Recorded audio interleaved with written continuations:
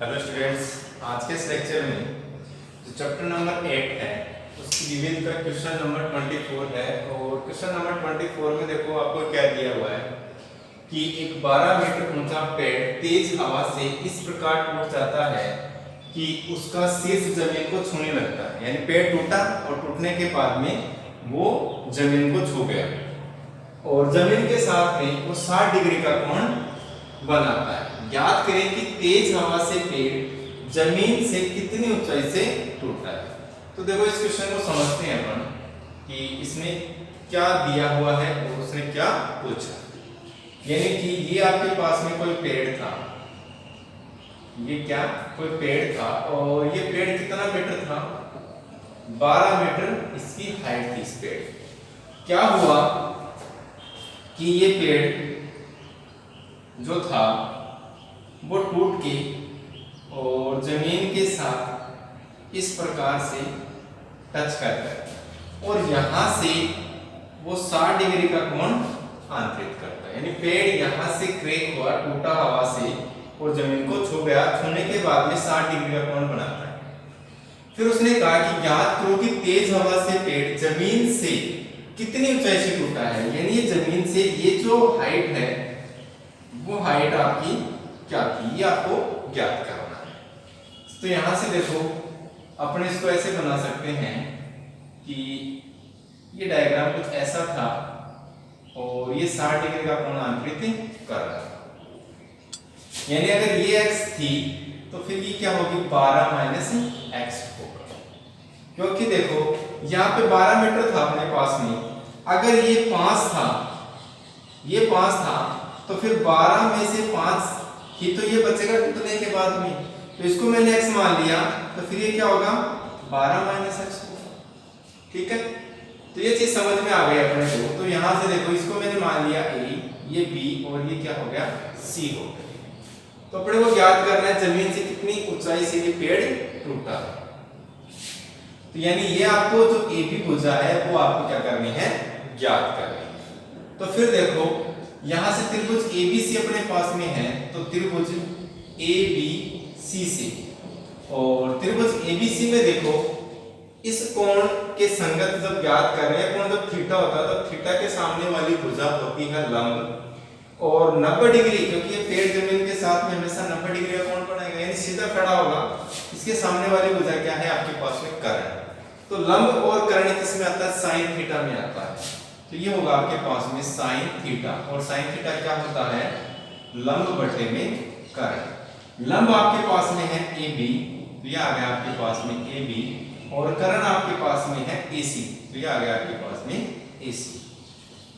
Theta जो कोण है वो थीटा कितना आपके पास में 60 डिग्री है, तो ये आ गया आपके पास में साइन 60 डिग्री। बराबर में क्या आएगा, AB क्या आपके पास में x है, तो ये आ गया आपके पास में x। AC आपके पास में 12 माइनस x। यहां से देखो 60 साइन 60 की वैल्यू टेबल से अपन जानते हैं क्या होती है, √3 अपॉन में 2 होती है, और वो किसके इक्वल होगा, x अपॉन में 12 माइनस x। वज्र गुणा जब करोगे आप इसको तो ये आएगा 2x, तो आ गया 2x इज इक्वल टू, और ये आएगा √3 और ब्रैकेट में आ गया 12 माइनस का x। यहां से इसको सोल्व करेंगे, यानी √3 को किससे मल्टीप्लाई करना है, 12 से, 12 माइनस x से मल्टीप्लाई करना है, और √3 की वैल्यू अपने को दी गई है वो होती है 1.732। तो यहां से देखो इसको सोल्व करोगे आप तो आएगा 2x इज इक्वल टू, ये आ गया √3 की वैल्यू रख लो आप, तो आएगा 1.732 इनटू में 12, फिर आपके पास में माइनस और ये मल्टीप्लाई हो जाएगा 1.732 और इनटू में x। ये भी x की वैल्यू है और ये भी आपके पास में x की वैल्यू है, तो x को एक तरफ करोगे तो देखो ये आएगा 2x और ये आएगा plus 1.732x is equal to, इसको जब मल्टीप्लाई करोगे आप तो देखो कितना आएगा आपके पास में 20.784 आएगा। इसको मल्टीप्लाई करके देख लेना, ठीक है। यहां से देखो, यहां से 2x और 1.732x को ऐड करोगे तो कितना आएगा आपके पास में 3.732x आएगा इज इक्वल टू ये आएगा 20.784। x की वैल्यू निकालनी है तो x आएगा आपके पास में 20.784 अपॉन में आएगा आपके पास में 3.732। इसमें जब इसका डिवाइड करोगे आप तो आएगा आपके पास में 5.569 और किसमें दिया हुआ है आपको मीटर में दिया हुआ है तो क्या हो जाएगा ये मीटर, यानी कि ये 5.569 हाइट से क्या हो गया ब्रेक हो गया। नेक्स्ट क्वेश्चन है वो क्वेश्चन नंबर 25 और 25 क्वेश्चन जब आप पढ़ोगे तो आपको घबराना नहीं है, केवल आपको समझना है कि इसमें क्या दिया हुआ है और उसमें क्या पूछा आपसे। तो देखो इसमें क्या दिया हुआ है कि एक राजमार्ग एक मीनार से नीचे से होकर गुजरता है, यानी कोई राजमार्ग जो है वो मीनार से नीचे से होकर गुजरता है। एक आदमी मीनार के शिखर से एक कार को अवनमन कोण 30 डिग्री पर देखता है। वह कार एक समान गति से है मीनार के नजदीक आ रही है और 6 सेकंड के पश्चात कार का अवनमन कोण 60 डिग्री हो जाता है। उसने पूछ लिया कार कितने समय में मीनार के नीचे से गुजर जाएगी। तो यहां से देखो ये आपके पास में क्या है कोई मीनार है और ये आपके पास में कोई रास्ता है और जो कार थी वो यहां है और जो व्यक्ति था वो व्यक्ति यहां बैठा हुआ है, वो व्यक्ति यहां इस मीनार पर बैठा हुआ है। अब वो यहां से इसको कार को देखता है और ये जो अवनमन कोण बना है वो कितने डिग्री का बना है 30 डिग्री का बना है, ये उसमें दिया गया। फिर जब ये कार यहां से चलती हुई आगे आती है मीनार की तरफ तो वो कार यहां पे पहुंचती है तो व्यक्ति पाता है कि अब की बार अवनमन कोण कितने डिग्री का बनता है 60 डिग्री का बनता है। तो ये जो यहां से लेके कार यहां तक पहुंची है उसको यहां तक पहुंचने में 6 सेकंड का समय लगेगा। तो ये उसने पूछ लिया कि ये जो कार है वो मीनार के नीचे से गुजर जाएगी तो उसका क्या समय होगा, यानी कितने समय में ये कार मीनार से नीचे से गुजर जाएगी। तो यहां से देखो ये आपके पास में कोई मीनार है और ये व्यक्ति बैठा था यहाँ पे, उसने देखा इस कार को तो यहां से उसका अवनमन कोण जो था वो था 30 डिग्री।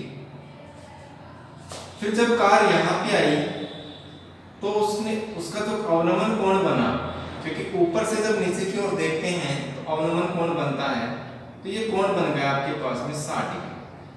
तो अपने को पता है कि ये जो कोण 30 डिग्री है तो फिर ये भी कोण 30 डिग्री हुआ। ये पूरा कोण 60 है तो ये भी 60 डिग्री का बनेगा और यहां से लेके यहां तक पहुंचने में उसको लग गए 6 सेकंड। तो यहां से इसको A, B, C और D मैंने नाम दे दिया। अब देखो मैंने इसको मान लिया x, यानी ये x सेकंड में इस मीनार के नीचे से गुजर जाएगा। अब देखो इसको अगर मैं y या h मानता हूं तो यहां से h तो डिस्टेंस है, h तो इसकी हाइट थी मीनार की। अब ये h तो निकालना पॉसिबल नहीं है, लेकिन अब इसको ये कह सकते हैं कि जो कार थी वो इतने सेकंड में ऊपर पहुंच जाएगी। लेकिन यहां से तो अपने को क्या निकालना, अपने को तो केवल x का मान निकालना है कि कार जो है जो C बिंदु पे थी वो B बिंदु पे कितने समय में पहुंच जाएगी। तो वैसे तो अगर नॉर्मली अपन देखें तो ये 6 सेकंड था तो इसका आधा यहाँ पे आएगा, यानी आधे सेकंड में वो यहाँ से क्रॉस कर जाएगा, क्योंकि एंगल का डिफरेंस भी उसी हिसाब से लिया गया है।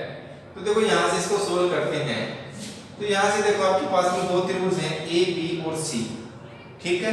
दूसरा है A, B और D, क्योंकि यहाँ पे क्या है आपके पास में 90 डिग्री एंगल।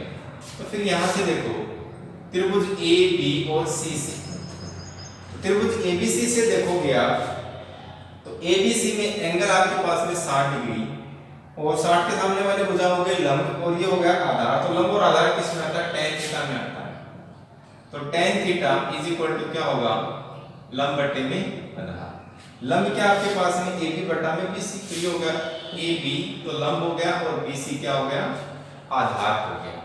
थीटा कितना यहाँ पे 60 डिग्री है, तो ये हो गया आपके पास में tan 60 degree is equal to AB क्या है? H और BC क्या है? X। तो ये आ गया आपके पास में H अपॉन में X। tan 60 की वैल्यू अपन जानते हैं क्या होती है? √3 होती है। तो ये आ गया √3 is equal to H upon X। यहाँ से वज्र गुणा जब करोगे, वज्र गुणा करके सोल्व करोगे तो H की वैल्यू आ गई आपके पास में x√3, यानी H की वैल्यू आपके पास में आ गई। अब जो त्रिभुज ए बी और डी है उसको सोल्व करते हैं। वहां से देखो त्रिभुज ए बी और डी से, और त्रिभुज ए बी डी में भी देखो आप, इस कोण के सामने वाली भुजा तो हो गई लंब और ये पूरा का पूरा क्या हो गया? आधार। तो लंब और आधार किस में आते हैं? वही tan थीटा में आते हैं। तो ये हो गया tan theta is equal to लंब बटे में आधार। लंब क्या आपका? AB और आधार क्या आपका? BD। और BD को क्या लिख सकते हैं अपन? BC प्लस में CD लिख सकते हैं।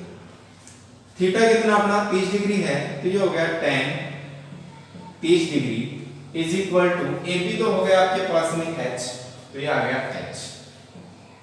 BD क्या आपके पास में? X प्लस में 6, तो आ गया X प्लस में 6। tan 30 की वैल्यू होती है आपके पास में 1 अपॉन में √3। तो यहां से देखो इसको सोल्व करोगे आप, ये आ गया H अपॉन में X प्लस 6। वज्र गुणा जब करोगे आप तो आपके पास में आएगा √ यानी H√3 इज इक्वल टू आ गया X प्लस में 6।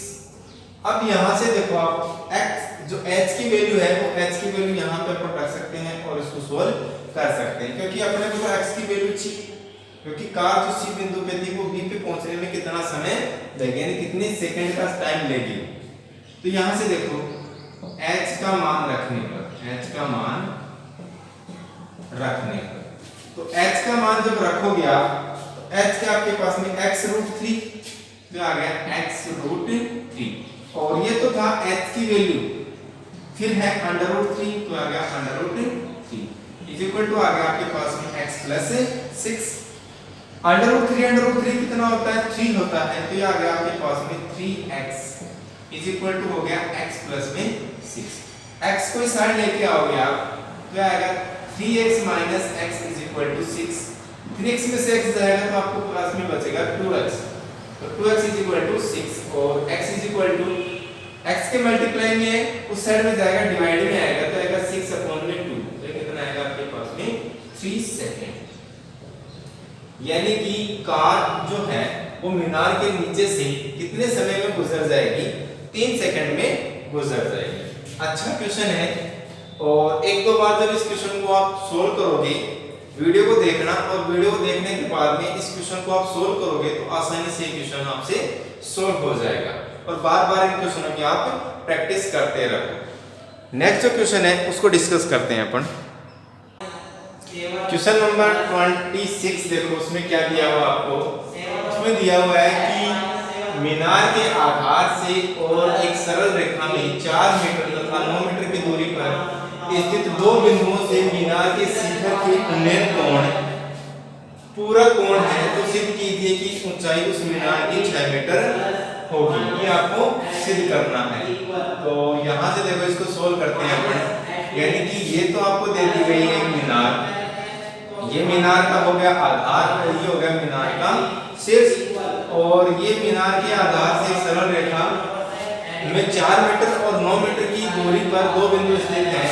तो यहाँ पे एक बिंदु हो गया यहाँ आधार से 4 मीटर की दूरी पर स्थित है, तो ये तो हो गया 4 मीटर, और मीनार के आधार से ही ये 9 मीटर हो गया आपका कोई दूसरा बिंदु।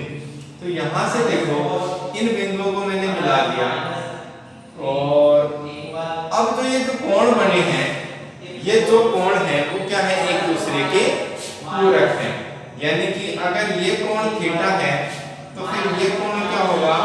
90 डिग्री माइनस का थीटा होगा। यहाँ से देखो इनको मैं नाम दे रहा हूँ ए बी सी और डी, ये मैंने नाम दे दिया। और ये जो ए बी है यानी मीनार की जो ऊंचाई h है वो आपको सिद्ध करनी है कि इसकी ऊंचाई क्या है 6 मीटर है।